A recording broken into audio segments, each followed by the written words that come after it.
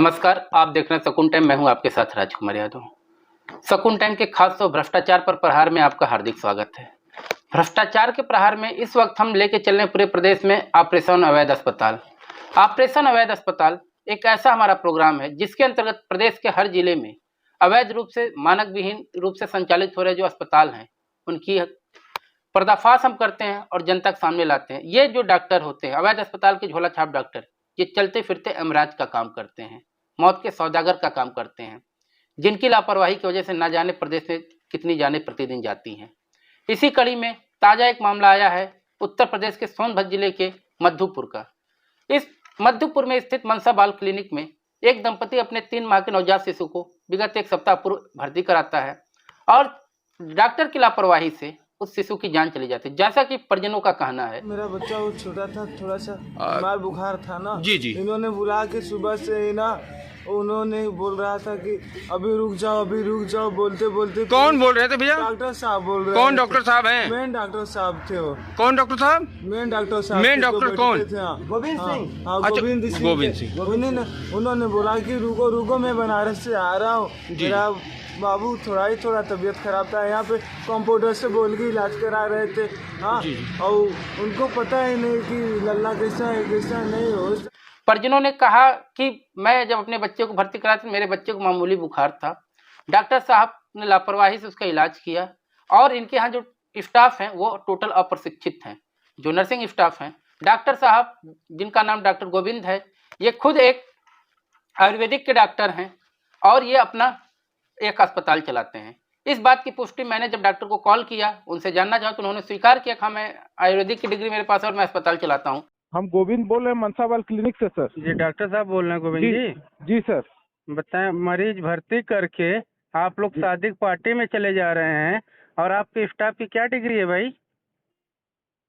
ऐसा सर ना कि हाँ पेशेंट भर्ती नहीं हुआ था हमारे यहाँ। हाँ, नहीं, पूरा मेरे पास बयान है, पूरा ऑडियो है, ठीक है? हाँ जी। मेरी रात में परिजनों से बात भी हुई है। मैं गोरखपुर से निकल भी गया हूँ, मैं पहुँचने वाला हूँ बनारस, उसके बाद सीधे सोनभद्र में मैं आ रहा हूँ। जी सर। 3 महीने के बच्चे की जिंदगी आप लोग ले रहे हैं, क्या ये उचित है? गोविंद जी आप बताइए ईमानदारी से।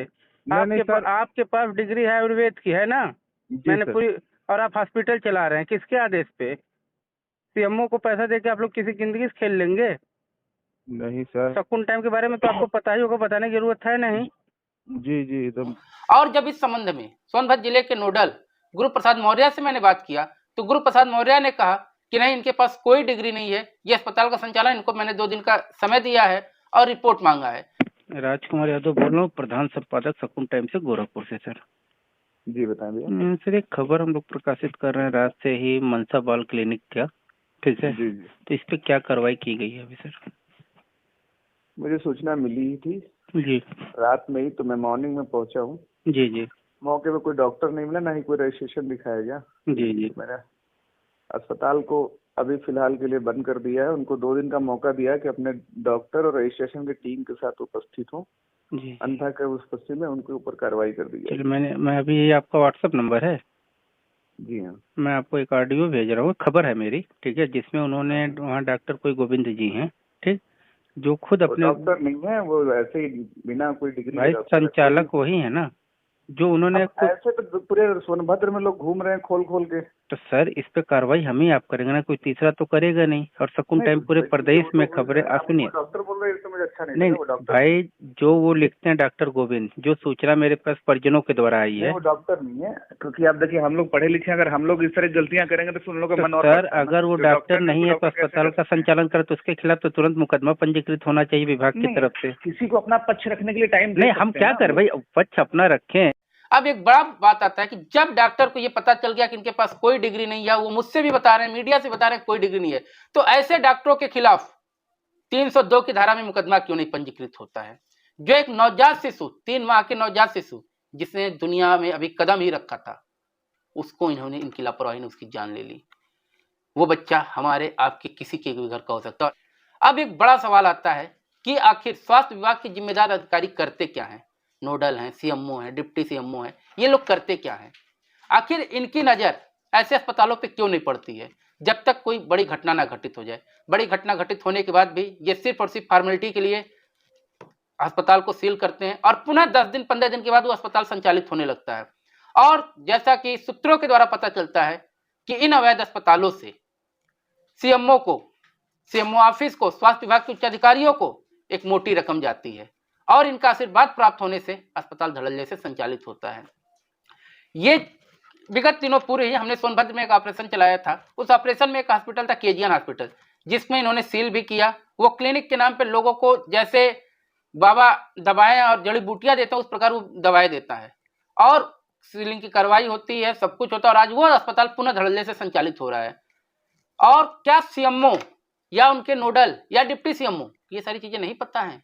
जनता सब जानती है, पब्लिक सब जानती है, फिर भी कहीं ना कहीं अनजान बनी हुई है।